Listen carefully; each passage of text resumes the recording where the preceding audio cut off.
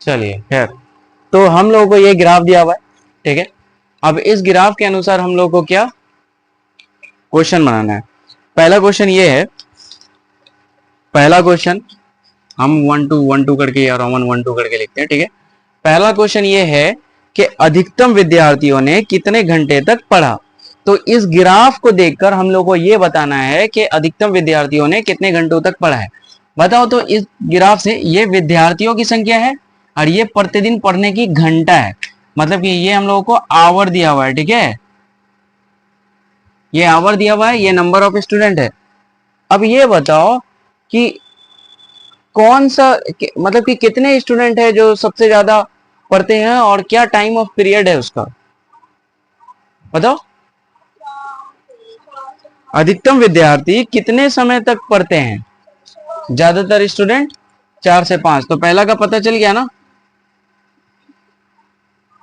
4 से 5 आवर, मतलब इतना घंटा, ठीक है। दूसरा बोलो, 5 घंटे से कम समय तक कितने विद्यार्थी ने पढ़ा, बताओ। 5 घंटे से कम, कितना 5 से कम तक, मतलब कि यहां से लेके ये पूरा डेटा को ले लेंगे। तो देखो यहाँ पे एक तो 4 है, फिर प्लस कितना है 8 है, फिर कितना है 20 है, फिर कितना है बताओ 28 है, यही है ना।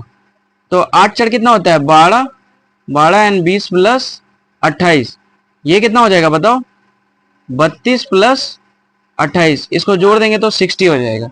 ये हो गया। चलो तीसरा क्वेश्चन देख लो क्या है। तीसरा क्वेश्चन में क्या बोला, तीसरा क्वेश्चन में ये बोला कुल कितने विद्यार्थी ने अवकाश के दिनों में भी पढ़ा। तो ये सारे स्टूडेंट है ना जो अवकाश के दिनों में भी पढ़ रहे हैं, ठीक।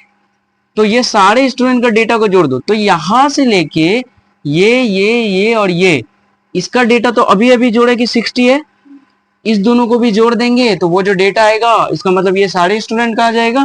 तो यहाँ पे कितना हो जाएगा 60 प्लस 12, 60 एंड ये कितना हो गया 28, जोड़ दोगे तो 88 हो जाएगा। अब ये आ गया। तो चौथा भी देख लो, चौथा में क्या बोला है कि किस वर्ग के अंतराल की बारंबारता अधिकतम है। तो ऐसा कौन सा वर्ग अंतराल है जिसकी बारंबारता सबसे अधिक है, जिसकी फ्रीक्वेंसी सबसे अधिक है। तो यहाँ 4 से 5 में फ्रीक्वेंसी सबसे ज्यादा है, बारंबारता सबसे ज्यादा है। तो 4 से 5 है वर्ग अंतराल, ठीक है। और इसका अगर चाहो बारंबारता लिखने मतलब फ्रीक्वेंसी लिखनी तो वो भी बता सकते हो 28, ठीक है। समझ में आ गया क्या, उतार लो। 4.1 का, सॉरी 4.1 का क्वेश्चन नंबर 2, अपनी कक्षा के सभी छात्रों के जूते या चप्पलों के माप एकत्र कीजिए, उन्हें तालिका में भरकर एक बारंबारता बंटन सारणी बनाएं। चलो हम लोग को कुछ चीजें दिया हुआ है, जैसे पहला क्या दिया गया है बताओ तो, जूतों की माप। दूसरा क्या दिया हुआ है मिलान चिन्ह।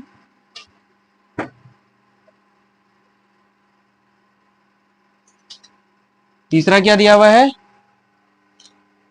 बारंबारता,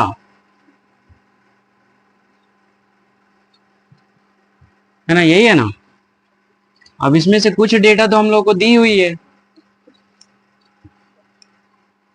क्या बताओ ये कितना दिया हुआ है, जल्दी जल्दी बताइए। नंबर 5 नंबर, 6 नंबर,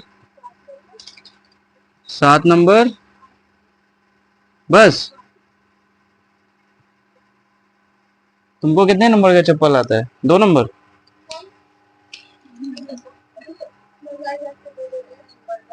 कितना 6 नंबर आता है तुमको, तुमको आता होगा, तुमको 3, तुमको अच्छा। चलो तो हम लोग को बेसिकली यही है, इसमें हम लोग को ये बताना है कि तुम्हारे जो स्कूल में जो बच्चे हैं, ठीक है, अब उन सारे बच्चों का जूता का नाप चाहिए हम लोगों को, ठीक। तो चलो मान लेते हैं, ऐसे तो पता नहीं है, हो सकता है कि 5 नंबर वाले ऐसे स्टूडेंट हो, 10 ऐसे स्टूडेंट हो जिनका, या 11 मान लो कि ऐसे स्टूडेंट हो जिनका 5 नंबर आता हो, क्या। अब 6 नंबर वाले मान लो कि 15 ऐसे स्टूडेंट हो जिनको 6 नंबर का चप्पल आता हो, अब 7 नंबर वाले, मान लेते हैं ऐसा, हम लोग को तो पता नहीं है बट ऐसे एज्यूम कर सकते हैं, मान लो कि 14 ऐसे स्टूडेंट है जिनको 6 नंबर 7 नंबर का आता हो। अब 8 नंबर वाले, मान लेते हैं कि 5 ऐसे स्टूडेंट है जिनको 8 नंबर आता है, क्योंकि 8 नंबर बहुत रेयर है ना। जितना साइज में बड़ा हो जाता है वो पॉसिबिलिटी घट जाती है उसकी। बेसिकली हम लोग देखें नॉर्मल जो है ना, 5-6 नंबर बहुत लोगों को आता है, ज्यादातर लोगों को। ठीक है, तो अगर इस सारे डेटा को अगर हम लोग देख लें, यहां से अगर कुल निकाले तो कुल कितना है बताओ, जोड़ दो तो इन सभी डेटा को। देखो यहाँ 5 1 6, 6 4 10, 10 5, 15 के 5 हाथ मेरा 1, 1 2 3 4, 45 हुआ ना, सही लिखे हैं। यहां से देख लो, ये दोनों को जोड़ेंगे तो कितना आएगा, 25। 25 और 15 कितना होता है, 40 और 5 45। ठीक, ये समझ में आ गया। तो ये हम लोगों को एक डेटा मानना था। अब देखो कि तुम्हारे स्कूल में तुम जाके अपने स्कूल में जितने भी बच्चे हैं सबसे पूछ कर भी बना सकते हो, बट अब हम ऐसे एज्यूम करके मान करके बना दिए, कोई दिक्कत, समझ में आ गया।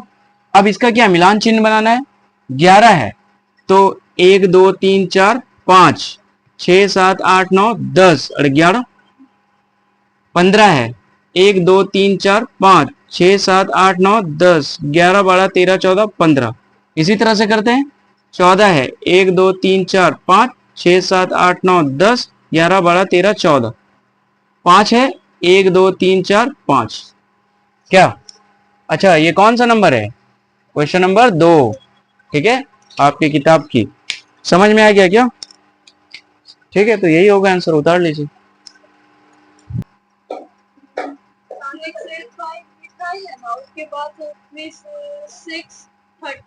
कहाँ पे, लाइन बताओ पहले, कौन सा लाइन, तीसरा लाइन में कहाँ पे, ये यहाँ पे, ये, बाकी सब ठीक है।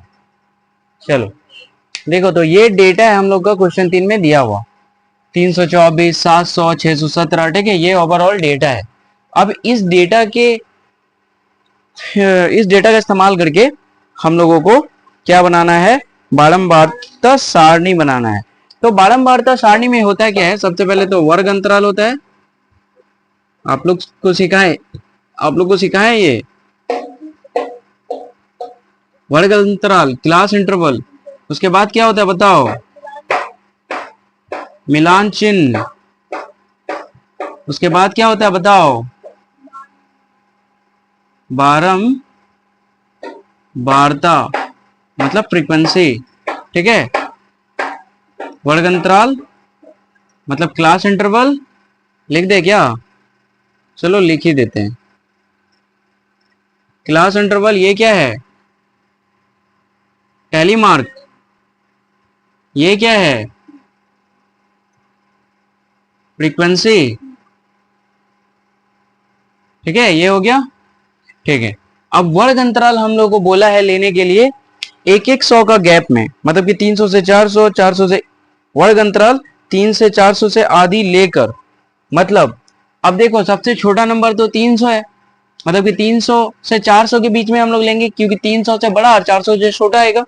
तो हम लोग क्या ले लेते हैं, पहला वर्ग अंतराल ले लेते हैं 300 से 400, उसके बाद 400 से 500 के बीच का ले लेंगे, फिर 500 से 600 के बीच का ले लेंगे, फिर 600 से 700 के बीच का ले लेंगे, उसके बाद 700 से बड़ा भी है ना, तो 700 से 800 के बीच का ले लेते हैं क्या, है ना, चलेगा। अब 800 से 900 के बीच का लेने का जरूरत पड़ेगा क्या हम लोगों को, ध्यान से देखो तो नहीं पड़ेगा, क्यों नहीं पड़ेगा बताओ, क्योंकि है ही नहीं ना, 800 के प्लस डेटा तो है ही नहीं। अब 300 से 400 के बीच में कितना है, अगर हम लोग चलो गिनते हैं, 300 से 400 के बीच में कितना आ रहा है नंबर, 324, एक, 400 नहीं ले सकते हैं, बताए थे वर्ग अंतराल में, अगर 300 से 400 है तो 400 से छोटा पूरा लेना है, बट इसको नहीं इंक्लूड करना है। तो 1 2 3 4 5 टोटल 5 हो गया। उसके बाद 400 से 500 के बीच में कितना है? 1 2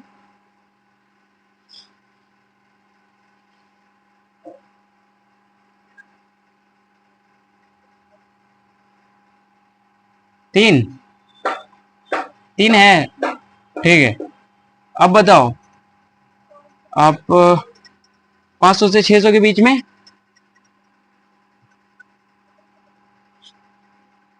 बताइए। 500 से 600 के बीच में मतलब 600 से छोटा 500 से बड़ा। तो यहाँ पे देखो एक, अच्छा ऊपर में कहीं पे है क्या? नहीं है। यहाँ देखो 1 2 3 4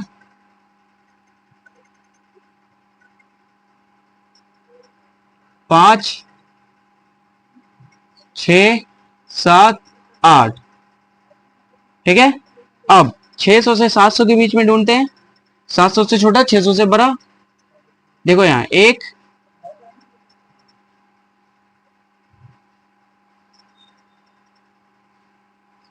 यहाँ देखो 2 3 3 ही है ना। उसके बाद 600 से 700 के बीच में भी ढूंढ लिए। अब 700 से 800 के बीच में ढूंढो, ठीक है। 1 2 3 600 से 700 के बीच में एक और ये भी है, इसमें टिक नहीं मारे हम लोग, इसका मतलब 4 होना चाहिए, है ना। ठीक है, चलो 600 700 से 800 के बीच में ढूंढो। 1 2